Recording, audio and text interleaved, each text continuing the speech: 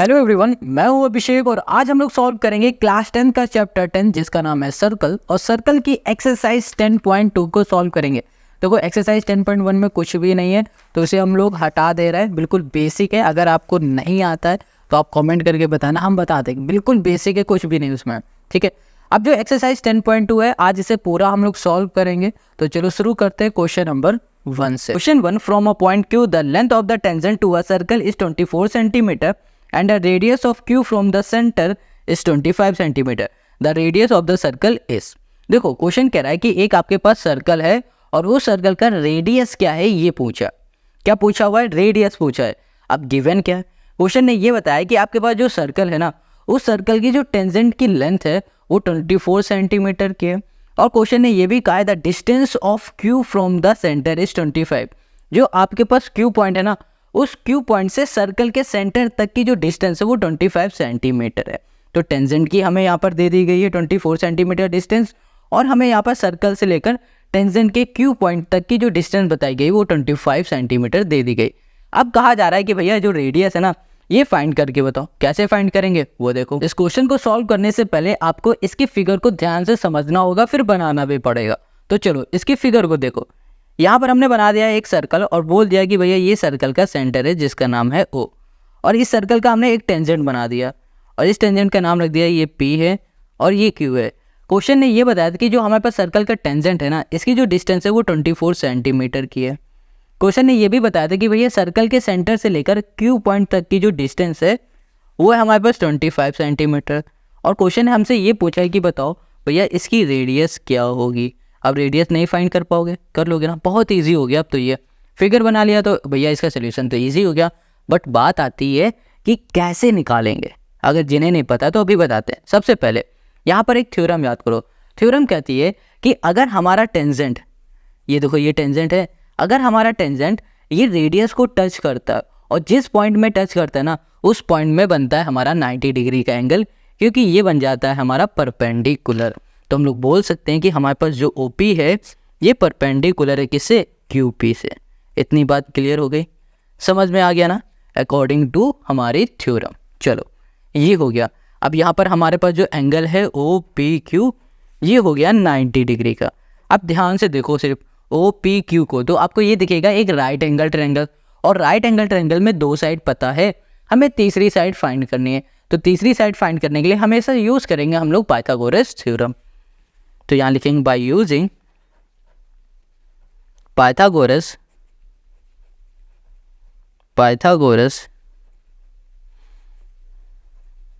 Theorem. ठीक है, इतनी बात क्लियर हो गई। चलो अब हमें क्या करना है, यहाँ पर ना पाइथागोरस थ्योरम लगा दो, जो कि हो जाएगा हमारे पास OQ स्क्वायर इक्वल्स टू हो जाएगा OP स्क्वायर प्लस हो जाएगा हमारे पास QP स्क्वायर हो गया।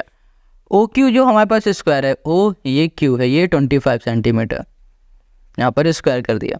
OP हमारे पास ये है तो हमने कर दिया OP, ये हो गया स्क्वायर प्लस QP ये हमारे पास 24 स्क्वायर हो गया। चलो 25 का स्क्वायर होगा 625, यहाँ पर लिख दिया 625। यहाँ पर ये प्लस का इधर आ जाएगा माइनस का, बट यहाँ पर लिखा हुआ है 24 का स्क्वायर। 24 का स्क्वायर होता है 576, यहाँ पर प्लस का तो इधर आ जाएगा माइनस का 576। इक्वल्स टू कर दिया हमने OP स्क्वायर कर दिया। इन दोनों को माइनस कर दो तो कितना आ जाएगा 49 लिख दो। यहाँ पर हो गया OP स्क्वायर, नहीं लिखेंगे सीधे यहाँ पर रूट लगा देंगे। अब यहाँ पर ये रूट है तो यहाँ पर इसको हम लोग लिख सकते हैं 7, क्योंकि ये 7 का स्क्वायर होता है। ये बात पता है ना? नहीं पता तो इसको ऐसे समझो कि भैया 49 को हम लोग लिख सकते हैं 7 का स्क्वायर, क्योंकि 7 7 जा होता है 49। स्क्वायर से रूट कैंसिल हो गया तो 7 बाहर आ गया। हमें यहाँ पर OP मिल गया है 7, ये हो गया 7। हमें यही तो फाइंड करना था तो हमने कर लिया फाइंड। तो हम लोग लिख सकते हैं जो हमारी रेडियस है वो कितनी है भाई साहब? वो है 7 सेंटीमीटर की। इतनी बात क्लियर हो गई और यही हो गया क्वेश्चन नंबर 1 का हमारा सॉल्यूशन। समझ में आ गया? तो चलो अब आ जाओ क्वेश्चन नंबर 2 पर। Question 2, in figure 10.11 if TP and TQ are the two tangent to a circle with centre O so that POQ equals to 110 degree, then angle PTQ is equals to 60 degree, 70 degree, 80 degree, 90 degree. देखो question क्या कह रहा है कि भैया आपके पास एक circle है ना, और उस सर्कल में दो टेंजेंट है। क्या है? दो टेंजेंट है, और टेंजेंट का नाम है टीपी और टीक्यू। ये सर्कल है और इस सर्कल में ये टीपी है और ये टीक्यू है, ये दोनों ही हमारी टेंजेंट है। ठीक है, आगे क्वेश्चन कह रहा है कि भैया आपके पास जो सर्कल है और उस सर्कल का जो सेंटर है उसका नाम O है, वहाँ पर एक एंगल बन रहा है POQ नाम का, और वो जो हमारा एंगल है वो है 110 डिग्री का है। ठीक है, तो क्वेश्चन ये पूछ रहा है कि आपके पास जो PTQ है ना, PTQ ये वाला एंगल, ये एंगल क्या होगा? हमसे ये एंगल क्वेश्चन ने पूछ लिया है। देखो, अगर आपने यहाँ पर जो पहले वाले क्वेश्चन में थ्योरम पढ़ी है उसको अच्छे से पढ़ लेना तो ये इजीली आप कर लोगे। अगर नहीं समझ में आई वो थ्योरम तो कोई बात नहीं, अभी आपको समझाते हैं और इस क्वेश्चन को सॉल्व करके दिखाते हैं। देखो, यहाँ पर अगर आपने इस फिगर को ध्यान से समझ लिया ना तो आप ये इजीली सॉल्व कर लोगे। कैसे समझना है उसको एक बार देख लो। यहाँ पर ना क्वेश्चन ने कहा है कि जो आपके पास PTQ है, इसमें जो ये वाला एंगल है, मतलब PTQ ये T वाला एंगल है ना, इस एंगल को आपको करना है फाइंड। ठीक है, अब बात आती है फाइंड करेंगे कैसे। तो फाइंड करने के लिए आपको यहाँ पर याद करनी पड़ेगी थ्योरम 10.1, जो कि हम लोगों ने क्वेश्चन नंबर 1 में भी पढ़ा था। ये थ्योरम कहती क्या है? ये कहती कि अगर कोई हमारे पास टेंजेंट है और उस टेंजेंट के किसी भी पॉइंट में हमारी रेडियस टच करती है तो वो परपेंडिकुलर हो जाती है। कुछ इस तरीके से यहाँ पर हम लोग लिख सकते हैं कि हमारे पास जो OP है ये परपेंडिकुलर हो जाएगी किससे? PT से। इतनी बात क्लियर है। अब जाहिर सी बात है, अगर ये हमारा परपेंडिकुलर हो रहा है इस पॉइंट में ना, तो यहाँ पर ये बन जाएगा हमारे पास 90 डिग्री का एंगल। समझ गया? अब वैसे ही हमारे पास एक और ये टेंजेंट है TQ, और इस टेंजेंट को इस पॉइंट में ये हमारी रेडियस टच कर रही है तो ये भी परपेंडिकुलर होगा और यहाँ पर बनेगा 90 डिग्री का एंगल। तो हम लोग बोल सकते हैं कि हमारे पास जो OQ है ये परपेंडिकुलर है QT से। इतनी बात क्लियर हो गई। दोनों ही 90 डिग्री के हमारे एंगल बन रहे हैं। आप चाहो तो आप यहाँ पर रीज़न भी दे दो, रीज़न दे दोगे तो ज़्यादा बढ़िया रहेगा। तो यहाँ लिख दिया हमने tangent at any point of circle is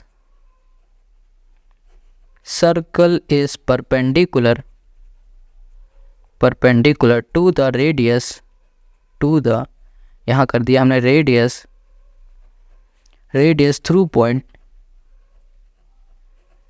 point of, यहाँ कर दिया हमने कॉन्टैक्ट। ठीक है, देखो यहाँ पर जो क्वेश्चन नंबर फर्स्ट था ना, इसमें भी हम लोगों ने यही किया था, बट यहाँ पर क्या हुआ कि हमने थ्योरम ये लिखी नहीं, हमने यहाँ पर थ्योरम लिख दी। तो आप चाहो तो यहाँ पर लिख देना, भैया नंबर मिल जाएंगे आपको। देखो, आप एग्ज़ाम में जो भी चीज़ करोगे, भले आप वो एक्स्ट्रा कर दो, उसका नंबर मिलेगा ही मिलेगा। तो आप कोशिश करना कि लिख के ज़रूर आना। ठीक है, तो ये चीज़ समझ में आ गई, ये भी हमने समझ लिया। तो इसका मतलब ये हुआ कि हमें यहाँ पर ये पता चल गया कि हमारे पास जो एंगल है OPT ये वाला एंगल, और हमारे पास जो है TQO ये वाला एंगल, ये दोनों ही एंगल हमारे पास कैसे हैं? 90 डिग्री के। देखो, TQO ये वाला एंगल और यहाँ पर हमारे पास है OPT ये वाला एंगल, ये दोनों ही एंगल 90 डिग्री के। देखो, ये भी 90, ये भी 90, ये 110 है। हम अगर इसको ध्यान से देखें TQOP को, तो ये हमें दिखेगा एक क्वाड्रिलेटरल, और क्वाड्रिलेटरल के 3 एंगल हमें पता है, चौथा एंगल नहीं पता, तो चौथा एंगल इजीली फाइंड कर लेंगे, क्योंकि क्वाड्रिलेटरल कहता है कि भैया इसके एंगल का जो सम होता है ना, वो चारों एंगल का सम 360 के बराबर होता है। तो यहाँ लिख दो इन क्वाड्रिलेटरल TPOQ। ठीक है, ये हमने लिख दिया। अब इसमें 4 एंगल है, चारों एंगल को लिख दो। हमने लिख दिया यहाँ पर OPT पहला एंगल, प्लस हमने लिख दिया TQO दूसरा एंगल। ठीक है, TQO दूसरा एंगल, प्लस P हो गया, T हो गया, और यहाँ पर लिख दिया हमने POQ ये एंगल, प्लस हमने यहाँ पर लिख दिया है P, यहाँ कर दिया हमने TQ ये वाला एंगल, इक्वल्स टू हमने कर दिया 360। अब देखो, यहाँ पर OPT है ना, OPT हमारे पास 90 डिग्री है, ये भी 90 है, ये हमारे पास 110 है, और ये हमारे पास है PTQ है, ये है, इक्वल्स टू कर दिया हमने 360। Got it? हमने यहाँ लिखा एंगल PTQ इक्वल्स टू हो गया 360। अब देखो, यहाँ पर 90, यहाँ पर 90 प्लस 90 कितना हो जाएगा? 180 में 110 ऐड कर दोगे तो आपको यहाँ पर मिल जाएगा 290 यहाँ पर प्लस का रहेगा, इक्वल के इस साइड आ जाएगा तो माइनस का, तो 290। ठीक, इन दोनों को माइनस कर दो तो यहाँ पर आ जाएगा 70। तो जो एंगल है हमारे पास PTQ जो कि हमें फाइंड करना था वो मिल गया है 70 डिग्री का। और यही हो गया क्वेश्चन नंबर 2 का सोल्यूशन। अच्छा आप देख लो 2 का जो हमारे पास बी पार्ट है ना वो है 70, तो बोल देना भैया B is a right answer. बी जो हमारा ऑप्शन है ना वो राइट है, तो बोलोगे B option is correct. Got it. चलो अब आते हैं क्वेश्चन नंबर इसी के थर्ड पर। Question 3, if tangent P A and P B from a point P to a circle with centre O are inclined to each other at angle of 80 degree, then angle P O is equals to 50, 60, 70, 80। जो question कह रहा है कि आपके पास एक circle है, उस circle का जो सेंटर है वो ओ है, ठीक है। और क्वेश्चन ने ये भी कहा है कि उसमें जो आपके पास टेंजेंट है उस टेंजेंट के नाम है पी ए और पी बी। अब क्वेश्चन ने यहाँ पर बता दिया है कि आपके पास जो ये वाला एंगल है ना ये पूरा एंगल है 80 डिग्री का।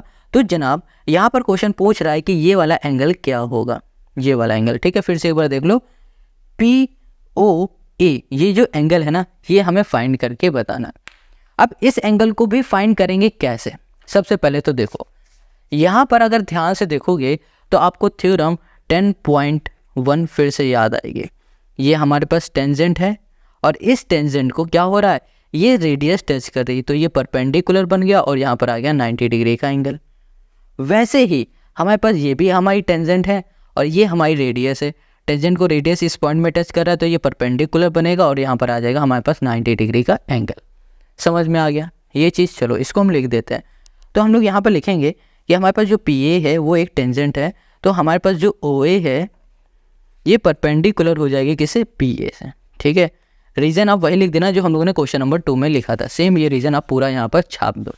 चलो आगे आ जाओ। अब ये हमारा परपेंडिकुलर है तो इसका मतलब ये जो एंगल है हमारे पास पी ए ओ ये हो गया हमारे पास 90 डिग्री का हो गया।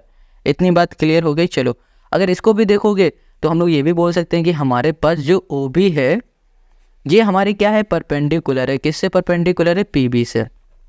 पी बी से परपेंडिकुलर है तो हमारे पास जो एंगल है कौन सा, पी बी ओ ये भी हमारा 90 डिग्री है। इतनी चीज़ तो हमने देख लिया कि ये भी 90 ये भी 90, बट अभी हमें समझ में नहीं आ रहा है कि भैया इसको कैसे फाइंड करें। तो देखो अगर हमें इसे फाइंड करना ना तो कैसे भी करके ये आधा एंगल फाइंड कर लो। पूरा हमें पता है, आधा अगर हमने कैसे भी करके फाइंड कर लिया ना तो ये एंगल हमें पता है, ये एंगल हमें पता है, बस हमें यही फाइंड करना हो जाएगा। अब कैसे करेंगे इस एंगल को फाइंड, उसको देखो। हम लोग इन दोनों ट्रायंगल को लेंगे, पी ए ओ को और पी बी ओ को, इन दोनों ट्रायंगल को लेंगे और इन्हें कॉन्ग्रुएंट प्रूफ करने की कोशिश करेंगे। तो हम लिखेंगे in triangle O A P and हमने कर दिया ट्रायंगल ओ बी पी। ये दोनों ही हमने ट्रायंगल ले लिया। इतनी बात क्लियर हो गई। अब इसको ध्यान से देखो, इन दोनों ही ट्रायंगल में आपको क्या दिखेगा, ओ ए दिख रहा है, ये देखो ओ ए, ये दिख रहा है ओ बी, ये दोनों आपस में इक्वल है क्योंकि ये दोनों ही रेडियस है। तो हम लोग लिख सकते हैं ओ ए ये बराबर है ओ बी के। क्लियर है। और यहाँ लिख दिया हमने रेडियस। इतनी बात क्लियर हो गई, समझ में आ गया। चलो अब आगे आ जाओ। यहाँ पर आप अगर ध्यान से देखोगे पी ए और यहाँ पर पी बी ये दोनों भी आपस में इक्वल हैं।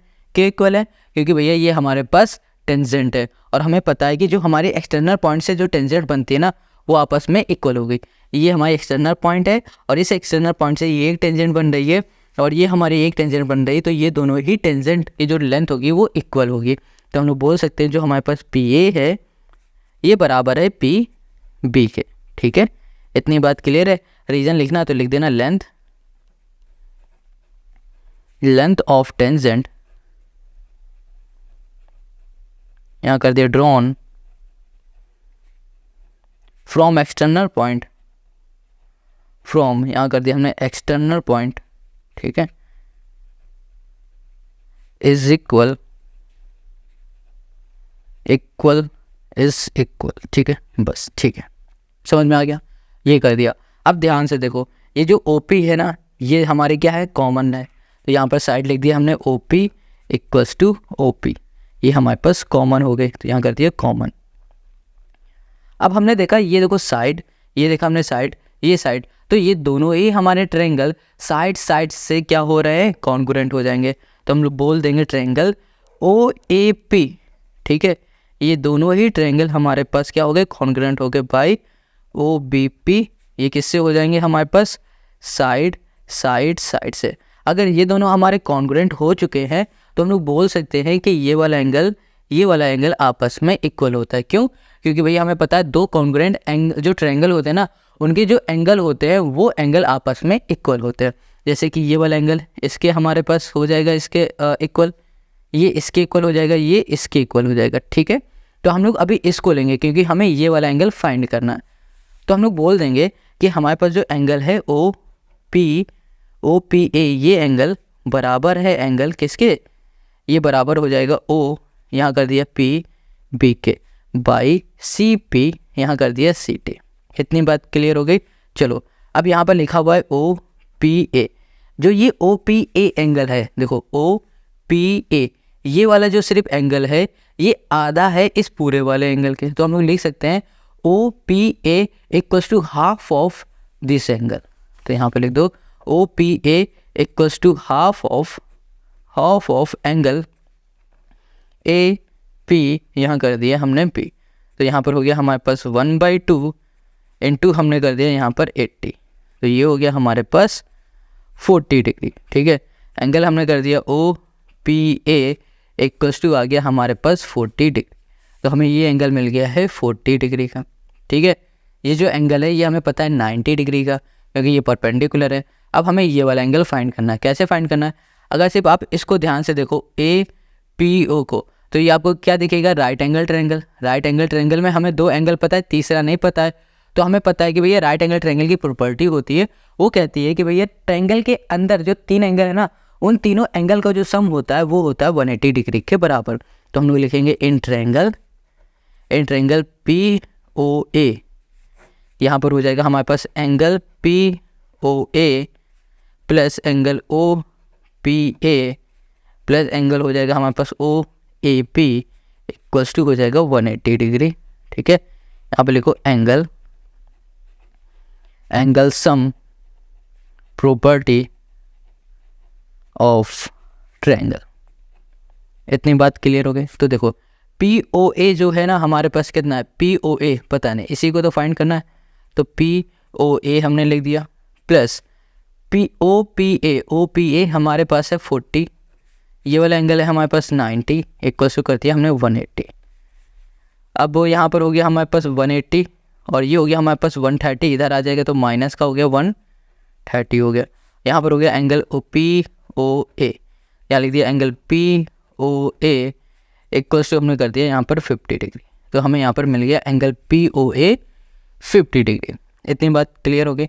हमें यही फाइंड करना था, ये वाला एंगल, और हमने ये वाला एंगल फाइंड कर लिया। अब देखो 50 जो है ना फर्स्ट ऑप्शन में है, तो हमारा फर्स्ट ऑप्शन हो गया करेक्ट। तो यहाँ पर क्वेश्चन नंबर 3 हमारा कंप्लीट हो गया।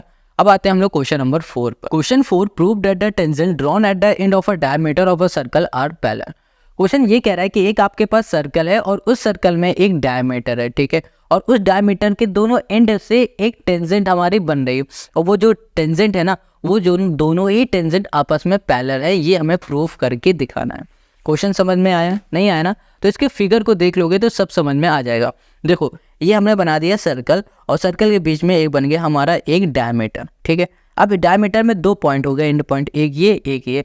अब इस एंड पॉइंट से एक ये टेंजेंट बन गई, और इस एक एंड पॉइंट से हमारी ये टेंजेंट बन गई। तो क्वेश्चन ये कह रहा है जो ये टेंजेंट बन रही ना, ये दोनों ही टेंजेंट आपस में पैरेलल हैं, ये प्रूफ करके बता दो। क्वेश्चन समझ में आ गया? चलो अब देखो यहाँ पर गिवन क्या है। देखो इस क्वेश्चन में जो भी गिवन था वो हमने लिखा है। हमने ये लिखा है कि a circle with centre O and diameter A B. ये सर्कल है और इस सर्कल में जो हमारे पास डायमीटर है वो ए बी है और इसका सेंटर वो ओ है, ये लिख दिया। अब अच्छा क्वेश्चन ने ये बात की थी टेंजेंट की, बट हमें यहाँ पर टेंजेंट तो पता नहीं कौन सी क्या है, नहीं पता ना। तो हमने यहाँ पर लेट कर लिया कि जो हमारी टेंजेंट है P Q and R S, ये पी क्यू है, ये आर एस टेंजेंट है। हमने यहाँ लिखा P Q and R S be the tangent at point A and B respectively. इतनी बात क्लियर हो गई, समझ में आ गया? चलो अब हमें यहाँ पर प्रूफ क्या करना है, पी क्यू पैरेलल है आर एस से, ये पी क्यू है, ये पैरेलल है आर एस से, ये प्रूफ करके दिखाना है। कैसे प्रूफ करेंगे? सबसे पहले अगर ध्यान से आप देखोगे तो ये ओ ए की बात अगर हम करें तो ये ओ ए क्या है, ये एक रेडियस है, ठीक है। रेडियस टेंजेंट को टच कर रही है, तो थ्योरम 10.1 कहते हैं कि अगर रेडियस टेंजेंट को टच करेगी तो वो बन जाएंगे पैरेलल। अगर ये हमारे पैरेलल हो जाएंगे तो हमें जनाब पता है कि अगर ये पैरेलल है तो ये बनेंगे 90 डिग्री का, और ये भी हमारा क्या हो जाएगा, 90 डिग्री का हो जाएगा, ठीक है। तो हम लोग बोल सकते हैं कि हमारे पास जो OA है ये पैरेलल है किससे, ये पैरेलल हो जाएगा हमारे पास PQ के पैरेलल हो जाएगा, ठीक है। और साथ में ही अगर इसको ध्यान से देखोगे ये OB है, OB भी तो हमारी क्या है, रेडियस है। अब ये रेडियस इस टेंजेंट को टच कर रही है, तो अकॉर्डिंग टू थ्योरम 10.1 यहाँ पर फिर से हम लोग बोल देंगे कि हमारे पास जो OB है ये हमारा पैरेलल हो जाएगा किससे, RS से, ठीक है। अगर आपको यहाँ पर रीज़न देना है तो रीज़न आप उठाना ये वाला, tangent at any point of a circle is perpendicular to the radius through point of contact. यहाँ पर आप लिख देना ये रीज़न। ये बात समझ में आ गई। अब देखो अगर ये हमारा परपेंडिकुलर हो गया है, ये परपेंडिकुलर हो गया है, तो इसका मतलब क्या हो रहा है कि हमारा ये वाला एंगल और ये वाला एंगल 90 होगा, ये वाला एंगल और ये वाला एंगल भी 90 होगा। तो हम यहाँ पर लिख देते हैं कि हमारे पास जो एंगल है PAO, ठीक है, या फिर बोलो OAP, ये एंगल हमारा क्या हो गया, 90 डिग्री का हो गया। और हमारे पास जो OBS ये वाला एंगल है, OBS ये वाला एंगल भी हो जाएगा हमारा 90 डिग्री का, ठीक है। दोनों ही एंगल हमारे 90 डिग्री के हो चुके हैं। तो देखो अगर ध्यान से ये एंगल 90 है और हमने बोल दिया ये वाला एंगल 90 है, ठीक है, या फिर ये बोल दो ये वाला एंगल 90 है और ये वाला एंगल 90 है। इस एंगल को देखोगे और इस वाले एंगल को देखोगे, इसको और इसको, तो आपको ये अल्टरनेट एंगल दिखेंगे। अगर अल्टरनेट एंगल आपस में इक्वल होते हैं तो वो जो लाइन हमारी बन रही होती है ना, ये लाइन आपस में पैरेलल हो जाती है। ये हम लोगों ने पढ़ा हुआ है पिछली क्लास में। तो चलो यहाँ पर लिख देते हैं कि हमारे पास जो एंगल है कौन सा, हमारे पास एंगल है PAO और हमारे पास एंगल है हमारे पास OBS, ठीक है, are alternate angle, alternate angle. अब हमें यहाँ पर पता है कि अगर अल्टरनेट एंगल आपस में इक्वल है तो लाइन हमारी आपस में पैरेलल हो जाती है। तो ये हमारी अल्टरनेट एंगल आपस में इक्वल है, तो हम लोग बोल सकते हैं कि हमारे पास जो PQ है ये पैरेलल है RS। बस इतना ही सिंपल सा छोटा सा क्वेश्चन था, हमें यही प्रूफ करके दिखाना था और यही हो गया क्वेश्चन नंबर 4 का हमारा सोल्यूशन। इतनी बात समझ में आ गई। चलो अब आते हैं हम लोग क्वेश्चन नंबर 5 पर। Question 5, prove that the perpendicular at the point of contact to the tangent to a circle passes through the centre. यहाँ पर क्वेश्चन कह रहा है कि एक आपके पास सर्कल है और उस सर्कल में बन रहा है एक टेंजेंट, और टेंजेंट के पॉइंट ऑफ कॉन्टैक्ट में सर्कल के सेंटर से एक लाइन जा रही है, वो परपेंडिकुलर है, ये प्रूफ करके हमें बताना है। इसको समझने के लिए आप इसके फिगर को ध्यान से समझो। देखो ये आपको सर्कल दिख रहा है, सर्कल का सेंटर दिख रहा है जिसको हमने बोला है O पॉइंट, इसका नाम दे दिया है O पॉइंट है, ठीक है। देखो ये O पॉइंट हो गया सर्कल का सेंटर, ये भी हमारी टेंजेंट है। क्वेश्चन ने कहा है कि इस टेंजेंट को ये हमारी लाइन टच कर रही है तो ये बन रहा है परपेंडिकुलर, ये प्रूफ करके दिखाओ। इस तरीके के क्वेश्चन को हम लोग प्रूफ करने के लिए कॉन्ट्राडिक्शन मेथड यूज़ करते हैं। बात आती है ये कॉन्ट्राडिक्शन मेथड होता क्या है, तो इसको रियल लाइफ से समझो। हम मान लेते हैं, कभी कभी ऐसा होता है, हम मानते हैं कि जो ये हमारा सामने वाला दोस्त है ना, ये है चिंटू, ठीक है, ये है मिंटू। चिंटू ने मान लिया कि जो ये मिंटू है ना, ये इसका अच्छा दोस्त है और ये इसका कभी काटेगा नहीं। बट कुछ दिन बाद ऐसा होता है कि यही दोस्त इसका काट देता है। तो इसका मतलब क्या हुआ कि इसने जो एज्यूम किया, जो माना, वो गलत हो गया। इसी को हम लोग बोलते हैं कॉन्ट्राडिक्शन मेथड। हम लोग क्या करेंगे, मान लेंगे कुछ और, फिर कह देंगे ये रॉन्ग है, फिर जो पहले सही है वही सही बोलेंगे, ठीक है। अभी तो नहीं समझ में आएगा बट अभी समझ में आएगा। देखो सबसे पहले यहाँ पर इस क्वेश्चन को सॉल्व करने के लिए थ्योरम 10.1 को याद करो। थ्योरम 10.1 कहते हैं कि भैया सर्कल के सेंटर से अगर लाइन टच कर रही है किसको, टेंजेंट को, तो वो परपेंडिकुलर हो जाएगी। परपेंडिकुलर होगी तो जाहिर सी बात है वो 90 डिग्री होगी। तो हम लोग लिख देंगे जो हमारे पास एंगल है OPB ये है 90 डिग्री का, ठीक है। थ्योरम लिख दो 10.1 के अकॉर्डिंग ये हमारा 90 डिग्री हो गया और बोल दो ये हमारे पास पहली इक्वेशन है। इतनी बात क्लियर हो गई। चलो ये हमने समझ लिया। अब हम लोग क्या करेंगे, हम लोग यहाँ पर एज्यूम कर लेंगे कि भैया कि एक पॉइंट यहाँ पर है, सर्कल के सेंटर से नहीं है, कहीं और एक पॉइंट है हमारा इस जगह पे, और ये बन रहा है, इस पॉइंट को टच कर रहा है और ये बना रहा है 90 डिग्री का एंगल। ये हमने एज्यूम किया अपने मन से, ठीक है। हमने यहाँ पर एज्यूम कर लिया ये, तो हम यहाँ लिखेंगे let assume PM be perpendicular to AB, ठीक है। ये P है, इसको बोल दिया M, ये पी एम है, ये परपेंडिकुलर है ए बी का, ठीक है। और हमने ये भी लिखा है नॉट पासिंग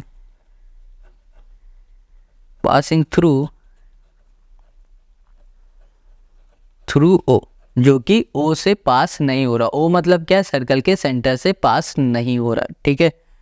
अगर हमने इसे मान लिया ये परपेंडिकुलर है, तो जाहिर सी बात है कि ये वाला जो एंगल होगा एम पी बी, ये भी 90 डिग्री का होगा। Angle M P B equals to 90 degree. इसको बोलिए ये दूसरी इक्वेशन है, ये पहली इक्वेशन, ये हो गई हमारे पास दूसरी इक्वेशन। अब दोनों इक्वेशन को ले लो, यहाँ लिखा हमने फ्रॉम फर्स्ट एंड हमने कर दिया यहाँ पर सेकंड। अब हमने देखा पहली इक्वेशन और दूसरी इक्वेशन दोनों 90 डिग्री के हैं, इसका मतलब ये दोनों एंगल जो है ना आपस में इक्वल है। अब यहीं से असली खेल शुरू हो रहा है, अब ध्यान देना है आपको। अब यहाँ पर आ जाओ, ओ पी बी ये पूरा वाला एंगल, ठीक है, और एम पी बी ये आधा वाला एंगल, ठीक, इतना वाला। अब ये अब दिमाग लगाओ, क्या ये पूरा एंगल कभी भी इस छोटे वाले एंगल के बराबर होगा? नहीं होगा ना। तो इसका मतलब क्या हुआ कि हमने जो एज्यूम किया था वो यहाँ पर गलत हो चुका है। हमने यही एज्यूम किया था ना कि ये हमारा परपेंडिकुलर है, ये इसके परपेंडिकुलर है, बट अगर ये परपेंडिकुलर होता तो ये 90 डिग्री का होता, अगर ये 90 डिग्री का होता तो ये इसके बराबर होता, बट यहाँ पर इसके बराबर नहीं होगा ये, क्योंकि ये हमारा बड़ा पार्ट है, ये छोटा पार्ट है। तो हम यहाँ पर पहले एक रीज़न लिख देते हैं, यहाँ लिखेंगे which is not possible as a part can not be equal to whole. इतनी बात क्लियर हो गई, इतनी बात समझ में आ गई, ठीक है। तो अब यहाँ लिखेंगे so our contradiction is wrong, ठीक है। जो हमने एज्यूम किया था ना वो क्या हो गया, वो रॉन्ग हो गया। इतनी बात क्लियर। तो फिर हम लोग यहाँ पर लिख देंगे the perpendicular at the point of contact to the tangent to a circle passes through the यहाँ कर दिया सेंटर। इतनी बात क्लियर हो गई, समझ में आ गया। तो हमने देखो जो एज्यूम किया वो गलत हो गया, तो हमने कह दिया कि भैया कि हमारा जो परपेंडिकुलर है ना वो ओपी परपेंडिकुलर होगा ए बी का। बस यही हमें प्रूफ करके दिखाना था, और यही हो गया हमारे पास क्वेश्चन नंबर 5 का सोल्यूशन। आई होप आपको समझ में आ रहा है। अगर कहीं भी कोई डाउट हो कमेंट करके पूछो। अब आते हैं हम लोग नेक्स्ट क्वेश्चन पर। अब आते हैं क्वेश्चन नंबर 6 पे। तो ये कह रहा था length of a tangent from a point A at distance 5 centimetre from the centre of the circle is 4 centimetre, find the radius of the circle. देखो क्वेश्चन क्या कह रहा है कि भैया आपके पास एक सर्कल है, ठीक है, और उस सर्कल का आपको रेडियस करना है फाइंड। ये सर्कल है और इस सर्कल का जो ये रेडियस है ये हमें फाइंड करना है। क्वेश्चन ने बताया कि जो आपके पास टेंजेंट है, इस टेंजेंट की जो लेंथ है वो 4 सेंटीमीटर है, और इस टेंजेंट से लेकर सर्कल के सेंटर तक की जो डिस्टेंस है वो 5 सेंटीमीटर है। जनाब यहाँ पर रेडियस फाइंड करके बताओ। अब ध्यान से देखो, यहाँ पर ये सर्कल है, ये टेंजेंट है, सर्कल टेंजेंट को टच कर रहा है तो ये परपेंडिकुलर बनेगा।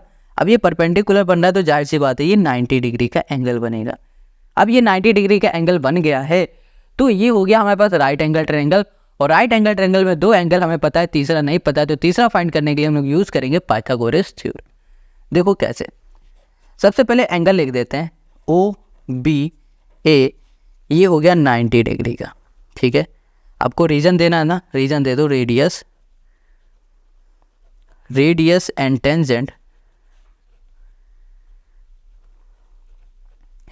टेंजेंट परपेंडिकुलर टू ईच यहाँ कर दिया अदर। इतनी बात क्लियर हो गई, ठीक है। अब यहाँ पे लिखेंगे by using Pythagoras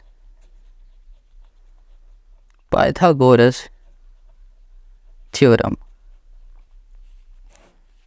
यहाँ पर हो जाएगा हमारे पास ए ओ स्क्वायर इक्वल्स टू हो गया हमारे पास ए बी स्क्वायर प्लस हो गया हमारे पास ओ बी स्क्वायर। ए ओ हमें पता है 5 है तो 5 का स्क्वायर, ए बी हमें पता है 4 तो 4 का स्क्वायर, प्लस यहाँ पर हो गया हमारे पास ओ बी स्क्वायर। 5 हो जाएगा हमारे पास 5 आ जाएगा 25, 4 का हो जाएगा 16 प्लस का इधर आ जाएगा माइनस का 16 इक्वल्स टू हो गया हमारे पास ओ बी स्क्वायर। इसको सॉल्व करेंगे तो 5 से 9 आ जाएगा, स्क्वायर हटेगा, यहाँ पर आ गया रूट इक्वल्स टू हो गया हमारे पास ओ बी। इसको सॉल्व करेंगे तो यहाँ पर आ जाएगा 3 इक्वल्स टू ओ बी। हमें ओ बी मिल गया है 3। ये पता ना 3 कैसे आया, देखो 9 को हम लोग लिख सकते हैं 3 का स्क्वायर, स्क्वायर से रूट कैंसिल, 3 हमारा बाहर आ जाएगा। तो ओ बी हमें मिल गया है यहाँ पर 3 सेंटीमीटर, और ओ बी हमारा क्या था, रेडियस। हमें यही फाइंड करना था, और यही हो गया क्वेश्चन नंबर 6 का हमारा सोल्यूशन। अब आते हैं नेक्स्ट क्वेश्चन पर। Question 7, two concentric circle are of radii 5 centimetre and 3 centimetre, find the length of the chord of the larger circle which touch the smaller circle. Question 7 यहाँ पर कह रहा है कि भैया आपके पास कोसेंट्रिक सर्कल है। कोसेंट्रिक सर्कल का मतलब कैसा, कि भैया आपके पास 2 सर्कल है और दोनों सर्कल का जो सेंटर है ना वो सेम है, ठीक है।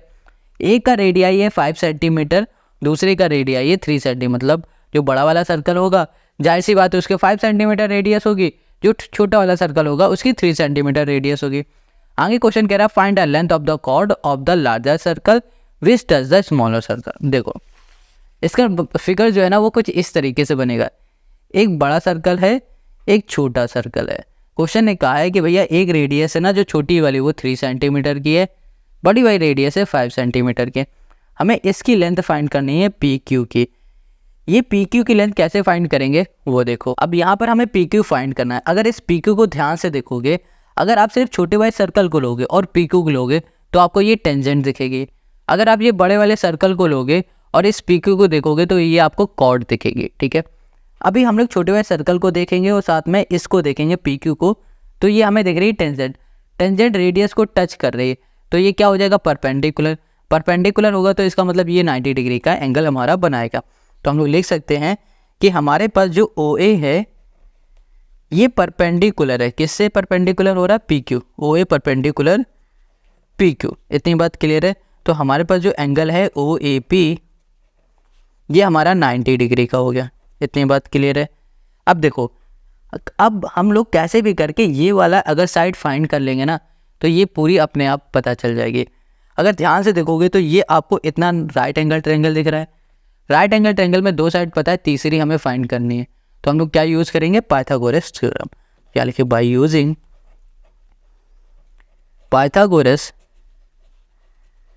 Pythagoras theorem. Got it.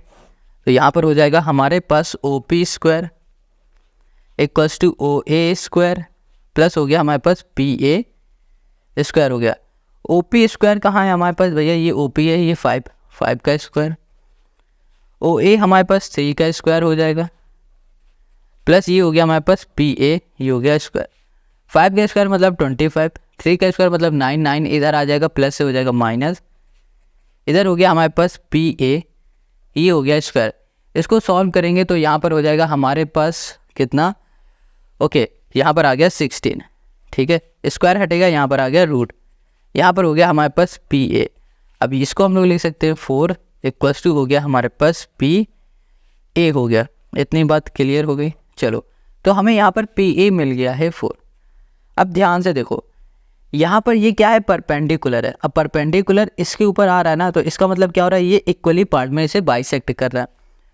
तो फिर हम लोग यहाँ पर लिख सकते हैं कि हमारे पास जो पी ए है वो बराबर है किससे, क्यू ए के, क्योंकि भैया ये हमें क्या कर रहा है, इसको पी क्यू को इक्वली पार्ट में बाइसेक्ट कर रहा है, ठीक है।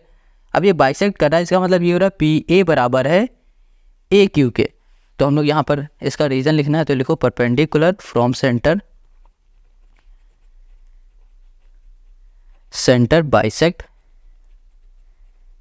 बाइसेक्ट कॉर्ड, ठीक है। इतनी बात क्लियर हो गई। तो हम लोग लिख सकते हैं भैया कि ये 4 है तो ये भी 4 हो जाएगा, क्योंकि ये दोनों आपस में इक्वल है। ये 4 है तो ये 4, ये पूरा बढ़ गया हमारे पास 4 + 4 8। तो ये पी क्यू हो गया हमारे पास 8 सेंटीमीटर। हमें यही फाइंड करनी थी और यही हमने फाइंड कर लिया। तो लिख दिया हमने लेंथ ऑफ, हमने कर दिया कॉर्ड इक्वल्स टू हो गया 8 सेंटीमीटर। बस यही हो गया क्वेश्चन नंबर 7 का हमारा सोल्यूशन। आई होप आपको समझ में आ गया। अगर कहीं कोई डाउट हो कमेंट करो। अब आते हैं हम लोग क्वेश्चन नंबर 8 पर। Question 8, a quadrilateral ABCD is drawn to circumscribe a circle, prove that AB + CD equals to AD + BC। यहाँ पर क्वेश्चन कह रहा है कि भैया एक क्वाड्रिलेटरल है, उसके अंदर आपका सर्कल बन रहा है और आपको यहाँ पर A B plus C D equals to A D plus B C को प्रूफ करके दिखाना है। देखो इस क्वेश्चन को हम लोग सॉल्व करेंगे थ्योरम 10.2 की हेल्प से। थ्योरम 10.2 कहती है कि जनाब अगर एक्सटर्नल पॉइंट से कोई हमारी दो टेंजेंट बन रही होंगी तो वो टेंजेंट की जो लेंथ होगी ना वो आपस में इक्वल होगी। जैसे कि अभी आपको एक एग्जांपल दे देते हैं, इसी में चलो एग्जांपल देंगे। ये हमारा एक एक्सटर्नल पॉइंट है, दिख रहा है ये भी, ये हमारा एक्सटर्नल पॉइंट है और इस एक्सटर्नल पॉइंट से हमारी ये एक टेंजेंट बन रही है, ये टेंजेंट दिख रही है आपको, दूसरी हमारी ये टेंजेंट दिख रही है ना, ये दोनों ही टेंजेंट आपस में इक्वल होगी, इनकी लेंथ आपस में इक्वल होगी। ये थ्योरम 10.2 कहती है। इसकी ही हेल्प से हम लोग इस क्वेश्चन को सॉल्व कर पाएंगे। ऐसे ही अगर आप ए पॉइंट को देखोगे तो ये भी एक हमारा एक्सटर्नल पॉइंट है, यहाँ से एक टेंजेंट ये गई, एक टेंजेंट ये गई, तो इन दोनों की लेंथ आपस में इक्वल हो गई। सेम यहाँ भी एक है तो इन दोनों की भी टेंजेंट इक्वल है। सेम ऐसे यहाँ भी एक्सटर्नल पॉइंट है तो इन दोनों की टेंजेंट भी आपस में इक्वल हो गई। ये बात आपको समझ में आ गया? तो चलो अब क्वेश्चन के सोल्यूशन पे आते हैं। यहाँ पर हमें जो भी गिवन था वो हमने लिख लिया, अब हमें प्रूफ करना है, उसको ध्यान से देखना पड़ेगा। यहाँ पर प्रूफ करने के लिए सबसे पहले हम लोग यही थ्योरम यूज़ करेंगे कि भैया अगर हमारे एक्सटर्नल पॉइंट से कोई टेंजेंट बन रही है तो वो टेंजेंट आपस में इक्वल होगी। ठीक है, तो हमने कहा कि भैया हमारे पास जो ए पी है वो बराबर है किसके, ए एस के। ठीक है, अभी रीज़न भी बता देंगे, लिखेंगे यहाँ पर रीज़न। वैसे ही यहाँ पर हमने कह दिया बी पी ये इक्वल है हमारा बी क्यू के, ये भी बात क्लियर हो गई। ऐसे ही हमने कह दिया कि सी आर ये बराबर हो गया हमारे पास सी क्यू के, क्लियर है। और ऐसे ही हमने कह दिया कि भैया जो हमारे पास डी आर है ना ये बराबर है डी एस के, ये बात क्लियर हो गई। अब यहाँ पर हम लोग रीज़न लिखेंगे। रीज़न क्या लिखना है, वही थ्योरम लिख दो कि भैया जो हमारी टेंजेंट है, टेंजेंट फ्रॉम यहाँ कर दिया सेम पॉइंट, सेम यहाँ कर दिया हमने पॉइंट आर इक्वल। ठीक है, आर यहाँ कर दिया हमने इक्वल। इतनी बात क्लियर हो गई, समझ में आ गया? तो चलो अभी ये हमने यहाँ पर समझ लिया। अब देखो अब हम लोग क्या कहेंगे कि जो ये पहला है ना ये पहली इक्वेशन हो गई, इसे दूसरी बोलेंगे, इसको तीसरी बोल देते हैं और इसे चौथी बोल देते हैं। ठीक है, अब इन चारों को ही हम लोग ऐड करेंगे तो यहाँ लिखेंगे एडिंग, यहाँ कर दिया हमने एडिंग, ये हो गया हमारे पास फर्स्ट, सेकंड, थर्ड एंड यहाँ कर दिया हमने फोर्थ। अब देखो यहाँ पर पहला हमारे पास ए, देखो इसको ऐड करेंगे एक साथ, इसको ऐड करेंगे एक साथ, तो यहाँ पर हो जाएगा हमारे पास ए पी प्लस हमने कर दिया बी पी प्लस हमने कर दिया यहाँ पर सी आर और हमने कर दिया यहाँ पर डी आर। ठीक है, प्लस लगा दो यहाँ पर इक्वल्स टू, अब इनको एक साथ ऐड करो, ये हो गया हमारे पास ए एस प्लस यहाँ पर हो गया हमारे पास बी क्यू प्लस यहाँ पर हो गया सी क्यू प्लस यहाँ पर हो गया हमारे पास डी एस। अब देखो A P plus B P, A P plus B P कहाँ पर है, ए पी, ये ए पी हो गया और ये हो गया हमारे पास बी पी, ये हो गया। इन दोनों को ऐड करोगे तो क्या बनेगा, ए बी बनेगा। तो इन दोनों की जगह पे हम ए बी लिख सकते हैं, बिल्कुल यहाँ पर लिख दो ए बी। ऐसे ही यहाँ पर सी आर और डी आर है, सी आर कहाँ पर है, ये सी आर है, ये हमारे पास डी आर है। इन दोनों को हम लोग ऐड करेंगे, क्या बनेगा, डी सी बनेगा।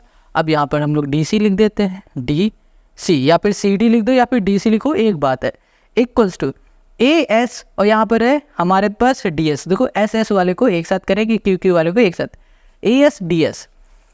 यहाँ पर ए एस कहाँ पर है, ये ए एस है और यहाँ पर है डी एस है, इसको ऐड करोगे तो क्या बनेगा, ए डी बन जाएगा। यहाँ पर हमने लिख दिया ए और ये हो गया हमारे पास डी प्लस बी क्यू और सी क्यू, बी क्यू हमारे पास ये है, सी क्यू यहाँ पर है, इन दोनों को ऐड करोगे तो बी सी बन जाएगा। क्या बन जाएगा, बी सी बन जाएगा। अब देखो हमें प्रूफ क्या करना था, हमें यही प्रूफ करना था ना, A B plus C D equals to A D plus B C, A B plus C D equals to A D plus B C, यही प्रूफ करके दिखाना था। हमने प्रूफ कर लिया और यही हो गया क्वेश्चन नंबर 8 का हमारा सोल्यूशन। है ना कितना सिंपल और इजी से भी आसान क्वेश्चन आपको लगेगा। चलो अब क्वेश्चन नंबर हम लोग 9 पे आ जाते हैं। यहाँ पर क्वेश्चन नंबर 9 देखने में आपको शायद बड़ा लग रहा होगा, टफ लग रहा होगा, बट है नहीं। यहाँ पर कह रहा है X Y and X dash Y dash, X Y X dash और Y dash are two parallel tangent, ये पैरेलल है। ठीक है, to a circle with centre O and another tangent A B, दूसरी टेंजेंट है हमारी ए बी, ये है। ठीक है, with point of contact C, जो कि पॉइंट ऑफ कॉन्टेक्ट सी पे है। ठीक है, intersecting X Y at A X Y को ए पॉइंट में इंटरसेक्ट कर रही हो, एक्स डैश और वाई डैश को बी पॉइंट में कर रही है। Prove that A O B 90 degree, A O B 90 degree, ये जो एंगल है ना इसे हमें 90 प्रूफ करना है। इसको हम लोग 90 प्रूफ करेंगे। कैसे प्रूफ करेंगे वो देखो। अब इसकी सोल्यूशन को ध्यान से समझो। हमें यहाँ पर ये वाला जो एंगल दिख रहा है ना इसे 90 डिग्री प्रूफ करके बताना है, ठीक है। कैसे प्रूफ करेंगे, देखो इसको प्रूफ करने के लिए हमें यहाँ पर ना एक लाइन ज्वाइन करनी पड़ेगी ओ से लेकर सी तक। ये हमने लाइन यहाँ पर बना दी। अब जरा हम लोग ध्यान से देखें तो यहाँ पर एक ट्रायंगल ये दिख रहा है, यहाँ पर एक ट्रायंगल ये दिख रहा है, यहाँ पर एक ट्रायंगल हमें ये दिख रहा है और यहाँ पर एक ट्रायंगल हमें ये दिख रहा है। हम लोग क्या करेंगे, हम लोग इन दोनों ट्रायंगल को लेंगे और कॉन्ग्रुएंट प्रूफ करेंगे, ठीक है। क्यों करेंगे, ताकि हमारे ये वाला एंगल और ये वाला एंगल आपस में इक्वल हो जाए। फिर हम लोग इन दोनों को लेंगे और इन दोनों को कॉन्ग्रुएंट प्रूफ करेंगे ताकि हमारा ये एंगल और ये एंगल आपस में इक्वल हो जाए। अब ये एंगल इक्वल क्यों हो रहा है, क्यों हम लोग कर रहे हैं, इसको आप समझ पाओगे जब हम लोग क्वेश्चन को सॉल्व करेंगे। तो चलो अब सोल्यूशन पे आते हैं। सबसे पहले हमने क्या किया, हमने लाइन एक ड्रॉ कर दी है, ठीक है। हमने ज्वाइन कर दिया है लाइन, यहाँ कर दिया ज्वाइन, इसके नीचे कुछ है क्या, ओके, यहाँ कर दिया हमने ज्वाइन सी, फ्रॉम कर दिया यहाँ पर फ्रॉम, यहाँ कर दिया ओ, ठीक है। ये क्या सिंपल है, ओ से सी तक हमने एक लाइन को ज्वाइन कर दिया। अब हमने क्या किया कि इस वाले ट्रायंगल को और इस वाले ट्रायंगल को कॉन्ग्रुएंट प्रूफ करने जा रहे हैं। तो यहाँ लिखेंगे इन ट्रायंगल, यहाँ पर हो जाएगा हमारे पास ओ पी, यहाँ पर हो जाएगा हमारे पास ओ पी, यहाँ पर क्या है कुछ नेमिंग होगी ना, ओके, ये है हमारे पास ए, ओ पी ए, ओ पी ए, ठीक है। और यहाँ पर कर दिया एंड दूसरा हमारा ट्रायंगल हो जाएगा ओ सी ए, ये हो गया। इतनी बात क्लियर हो गई। अब हमें क्या करना है, देखो अब इन दोनों ही ट्रायंगल में क्या क्या हमारा कॉमन है, क्या एक जैसा है, उसको देखना है। सबसे पहले हमने क्या देखा कि भैया हमारे पास ना जो ओपी है ये वाली साइड, ये ओपी, ठीक है, ये इक्वल है ओसी के। अब कहोगे कैसे, देखो ये हमारा सर्कल का सेंटर है, सर्कल के सेंटर से ये हमारी एक रेडियस बन रही, दूसरी हमारी ये रेडियस बन रही, तो ये दोनों ही रेडियस आपस में कैसी होंगी, इक्वल होंगी। तो हम लोग क्या बोल सकते हैं, हम लोग बोल सकते हैं कि भैया ओपी जो है ये बराबर है ओसी के, दोनों ही हमारी क्या हैं, रेडियाई हैं, ठीक है, रेडियस है। इतनी बात क्लियर हो गई आपको। अब देखो यहाँ पर हम लोग देख पा रहे हैं कि हमारे पास ए पी है और यहाँ पर हमारे पास ए सी है, ये दोनों ही आपस में इक्वल है। कैसे, अभी हमने पिछले क्वेश्चन में बताया था ना कि अगर एक्सटर्नल पॉइंट से हमारी टेंजेंट बनती हैं तो वो टेंजेंट आपस में क्या होती हैं, इक्वल होती है। तो हम लोग बोल सकते हैं कि हमारी जो ए पी है ये बराबर है किससे, ए सी से, ठीक है। रीजन दे दो टेंजेंट, क्या है हमारे भाई, ये टेंजेंट है, ओके। अब इतनी बात क्लियर हो गई। अब हमें क्या करना है, अब हमें एक चीज़ और देखना है कि क्या इसमें कॉमन आ रहा है। तो हम देख पा रहे हैं कि अगर इस ट्रायंगल की बात करें इसमें ओ ए आ रहा है और इस ट्रायंगल की बात करें इसमें भी ओ ए आ रहा है, तो यहाँ पर बोल देंगे ओ ए इक्वल्स टू हमने कर दिया ओ ए, ठीक है। और रीज़न दे देंगे ये है कॉमन दोनों ही ट्रायंगल में, तो ये कॉमन हो गए। अब देखो अब यहाँ पर साइड साइड साइड से ये दोनों ही ट्रायंगल हमारे क्या हो गए, कॉन्ग्रुएंट हो गए। तो हम लोग लिख देंगे ट्रायंगल ओ पी ए, ठीक है, कॉन्ग्रुएंट ट्रायंगल हो गया हमारे पास ओ सी ए। रीज़न क्या हो जाएगा, साइड साइड साइड, बस ऐसे ही करना है। ये बात क्लियर हो गई।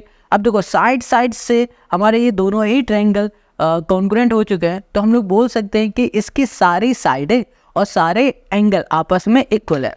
तो हमने क्या कहा कि हमें तो ये वाला एंगल और ये वाला एंगल इक्वल करना था। इसको हम लोग 1 बोल देते हैं, इसको हम लोग 2 बोल देते हैं। तो हम लोग बोल सकते हैं कि जो हमारे पास एंगल 1 है ये बराबर हो चुका है एंगल 2 के by C P C T, ठीक है। अब जैसे हमने ये वाला सॉल्व किया ना वैसे ही हम लोग अब इसे और इसे सॉल्व करने वाले हैं। तो यहाँ लिखेंगे हम लोग फिर से इन ट्रायंगल, यहाँ कर दिया इन, ये हो गया हमारे पास ट्रायंगल, ये हो जाएगा ओ सी बी, ये कर दिया। एंड हमने यहाँ पर लिख दिया ट्रायंगल ओ बी, ये हो गया क्यू। अब हमने ये दोनों ही ट्रायंगल ले लिया है। इतनी बात क्लियर हो गई। अब इन दोनों ट्रायंगल में हम लोग क्या कर सकते हैं, देखो अगर इसको भी ध्यान से देखें तो इसमें हमारे पास ओ सी ये बराबर है ओ क्यू के, क्योंकि ये दोनों ही हमारी क्या रेडियस है, ओ सी और ओ क्यू ये दोनों हमारी रेडियस है, लिख दिया। और ऐसे ही हमारा बी सी और बी क्यू भी आपस में इक्वल हो जाएंगे, क्योंकि ये एक्सटर्नल पॉइंट से हमारी क्या बन रही है, टेंजेंट बन रही है। तो हम लोग बोल सकते हैं कि हमारे पास जो बी क्यू है ये बराबर है किसके, बी सी से। और साथ में हम लोग देख सकते हैं कि ओ बी ये हमारी कैसी है, कॉमन है, कॉमन डिस्टेंस है, सॉरी कॉमन साइड है। तो हम लोग बोलेंगे ओ बी इक्वल्स टू हो गया हमारे पास ओ बी। यहाँ पर लिख देंगे ट्रायंगल ओ सी बी, ये हो गया हमारे पास कॉन्ग्रुएंट ट्रायंगल हमारे पास ओ बी क्यू। रीजन हो जाएगा, रीजन लिख देंगे साइड साइड साइड। क्लियर हो गया। अब देखो ये दोनों ही ट्रायंगल हमारे कॉन्ग्रुएंट हो चुके हैं, तो इसका ये वाला एंगल और ये वाला एंगल दोनों ही एंगल आपस में इक्वल हो जाएगा। तो इसकी नेमिंग कर देते हैं, ये 3 और यहाँ पर हमने बोल दिया 4। तो यहाँ बोल दिया एंगल 3 इक्वल्स टू हो जाएगा angle 4 by C P C T. Clear इतनी बात। अब हमें क्या करना है, देखो अब सिंपल सा हमें बस ये बताना है कि ये जो अंदर एंगल बन रहा ना, ये वाला एंगल ए ओ बी, ये वाला एंगल ये 90 डिग्री का है। कैसे बताएंगे, तो इसको थोड़ा सा घुमा लेते हैं। घुमा दिया हमने। अब देखो ये हमें एक स्ट्रेट लाइन दिख रही है। अब इस स्ट्रेट लाइन में ये पूरा एंगल हमारा कितने डिग्री का होगा, 180 डिग्री का होगा ना। ये पूरा एंगल हमारा 180 डिग्री का होगा। और ये एंगल कैसे बन रहा है, जब इसको इसको इसको और इसको जब मिला दिया, तो हम लोग बोल सकते हैं यहाँ पर लिख देते हैं कि हमारे पास क्या है भैया, यहाँ लिख देते हैं हम पी ओ क्यू। यहाँ लिख दिया P O Q is a diameter. ठीक है, डायामीटर ऑफ सर्कल। ठीक है, अब देखो ये पी ओ क्यू हमारा क्या है, सर्कल का डायामीटर है। ठीक है, और हम लोग इसे क्या बोल सकते हैं, it is a straight line.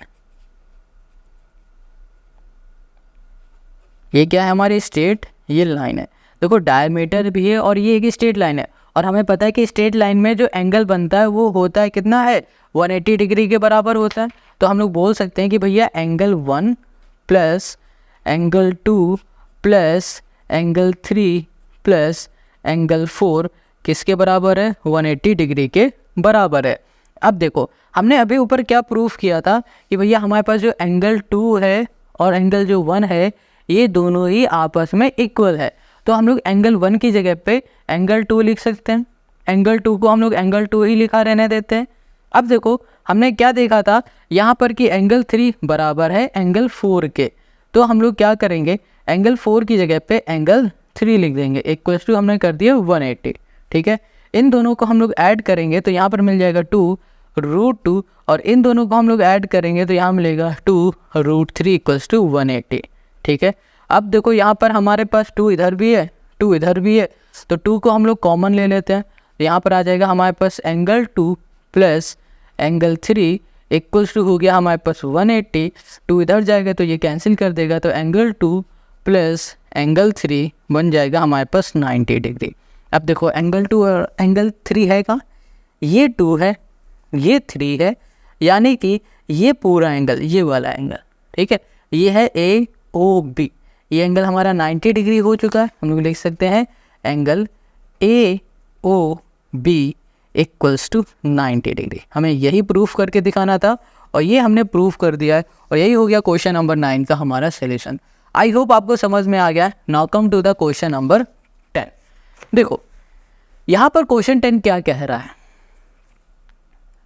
Question 10 कह रहा है proof that the angle between the two tangent drawn from an external point to a circle is supplementary okay to the angle subtended by line segment joining the point of contact at the centre. देखो इसको ना आप figure से ही समझ सकते हो।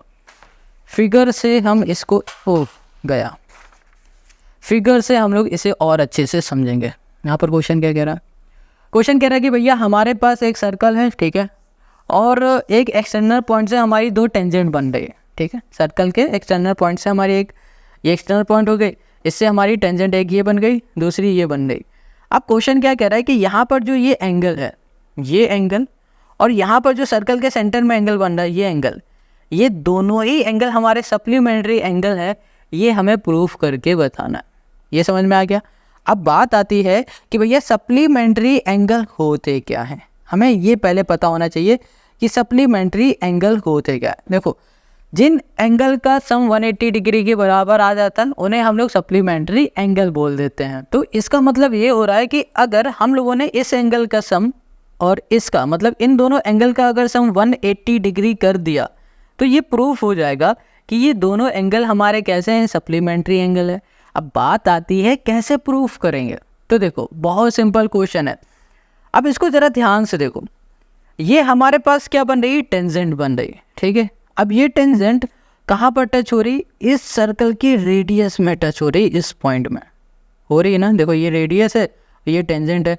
हमें पता है कि जब कभी भी टेंजेंट और रेडियस एक पॉइंट में टच होते हैं तो वो बनाते हैं 90 डिग्री का एंगल। क्या बनाते हैं, 90 डिग्री का एंगल। वैसे ही ये भी हमारी रेडियस है और ये टेंजेंट है, ये इस पॉइंट में टच हो रहा है तो यहाँ पर भी बनेगा हमारा 90 डिग्री का एंगल। हमने क्या देखा